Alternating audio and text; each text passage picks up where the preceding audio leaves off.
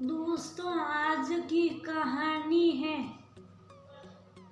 सासू माँ। मुझे अब अपने पति के साथ अलग रहना है।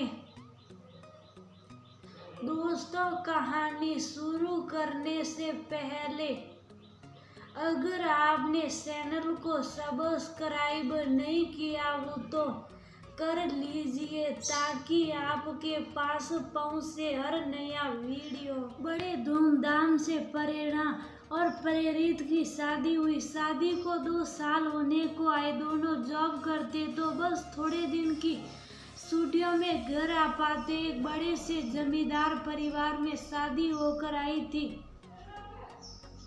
प्रेरणा। ससुर रमा शंकर बाबू की भले ही जमींदारी न रही हो मगर ठाठ बार और रईसी में कोई कमी न थी।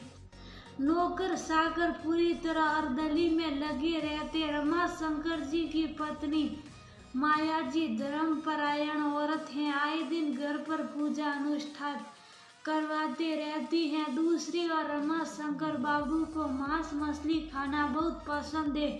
भले ही तरह तरह के मांसाहार भोजन बनता घर में, लेकिन माया जी के लिए अलग रसोई की व्यवस्था थी। धनिया पीसने कितने सालों से उनका खाना पानी सबका ध्यान रखती है।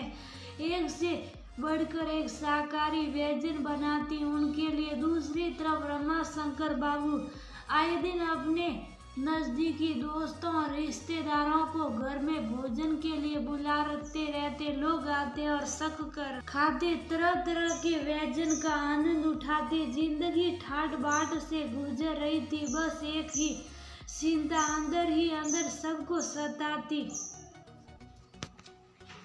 घर में अभी तक कोई संतान का पदार्पण नहीं हुआ था। पता नहीं क्या होता। माया जी जब भी गर्भ धारण करती 2-2.5 महीने के अंतराल में उनका गर्भ गिर जाता। इस बार तीसरी दफा माया जी फिर से गर्भवती हुई। वे सावधानी के साथ पहले की तरह डॉक्टर की देखरेख में दिन गुजर रही थी। 2 महीने बीते ही थे और एक अज्ञात वह फिर से माया के अंदर घर करती जा रही थी। कहीं फिर से रातों की नींद उड़ी रहती। उसकी बंगल में रमा शंकर जी सोए रहते। उनके चेहरे पर सोई में भी तनाव दिख रहा होता था। भौहें मुड़ी हुई दिख रही होती। तनाव का असर व्यक्ति के चेहरे पर किसी भी समय देखा जा सकता। तीसरे महीने माया ने सकुशल पूरे किए अपने गर्भ के। माया की सास ने और खुद माया ने पूरे परिवार के साथ राहत की सांस ली। बीता रहा। गर्भ 5 महीने का हो चुका था और वो दिन आ ही गया जब माया के बेटे ने जन्म लिया। पूरे अस्पताल को बच्चे ने अपने आने का समाचार दे दिया। खूब रोया। कुछ घंटे ही हुए थे उसके जन्म के। दिन महीने साल बीतते रहे। बेटे का नाम प्रेरित रखा। परिवार वालों ने 4 बरस का प्रेरित के पीछे 2 भाइयों ने आकर भाइयों की संख्या 3 कर गए। छोटे दोनों जुड़वा बेटे थे। माया के दिन भर आपाधापी में समय गुजरता। सबों का एक साथ जुड़वा बच्चों को संभालना बहुत कठिन होता है। आदमियों की कमी नहीं थी घर पर। सासू माँ के देख रेख में बच्चे बड़े होते रहे। अच्छे स्कूल में सभी बच्चे पढ़ाई करते रहे। स्कूल के बाद कॉलेज, फिर नौकरी में आ गए सब। अच्छे खान पान और घर पर पूरा ध्यान देती हुई दादी पूरी तरह शौक थी। समय पर शादी का निर्णय लिया प्रेरित का। सबों ने, खुद उसने भी हाँ भरी। प्रेरित की शादी प्रेरणा से हुई। अच्छी पढ़ी लिखी सुंदर बहू पाकर सब खुश हो गए। दोनों जुड़वा भाई रोहित और मोहित भी अब परिवार वाले हो गए। शादियां हो गई उनकी भी। दोनों बहुएं नौकरी नहीं करती थी। भाई दोनों पिता के बिजनेस को आगे बढ़ा रहे थे। माया जी की उम्र भी बढ़ रही थी। छोटी छोटी बीमारियां उन्हें परेशान किए रहती। सासू माँ अब थी नहीं। रोहित की पत्नी रमा थोड़े कड़े मिजाज की थी। उसका मन था अपना अलग दुनिया बसाए अपने पति और बच्चों के साथ। आए दिन किस किस करते रहती, बिजनेस का नफा नुकसान का बहुत पड़ा रहता उसको।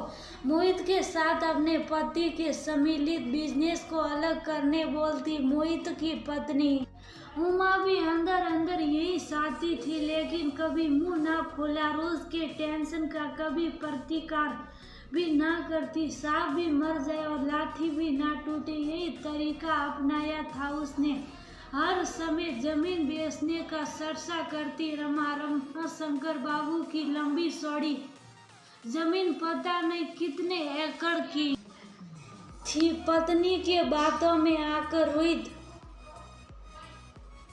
माँ पिताजी के सहमति से थोड़े जमीन बेच दिए, पैसों को बिजनेस में लगाया, मगर कोई फायदा ना हुआ। अब मोहित भी चाहता था जमीन के हिस्से हो।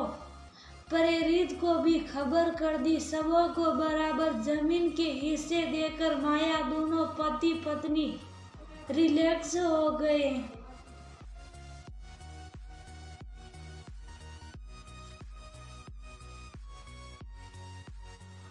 अब परिवार अपने अपने कमरों में सिमट गए। जिस कमरे में जितने लोग थे बस उनकी समस्याओं पर आपस में चर्चा होती। बड़ा सा परिवार छोटे कमरों में सिमट गया। अपनी समस्या, अपनी खुशी अपने तक सब सीमित रखने लगे। परिवार रूपी नीड अब हर जोखिम में बिखर रहा था। संयुक्त परिवार तेजी से, संयुक्त परिवार तेजी से एकल परिवार होता गया। माता पिता का क्या, उन्हें क्या लेकर जाना है, बस जरा उन्हें ढलती उम्र में सहारा चाहिए। तो यहाँ भी भागीदारी सम्मिलित होनी चाहिए। किसी के अधिकारों का हनन न हो, अधिकार है तो कर्तव्य भी होने चाहिए। वक्त का सामना सबों को करना पड़ता है। जो आज जिसके पास है शायद वो कल न रहे। जिनको आज मदद की जरूरत है हमसे, शायद हमें हो कल उनसे, इसीलिए अपनी संवेदनाओं को सही दिशा देने चाहिए।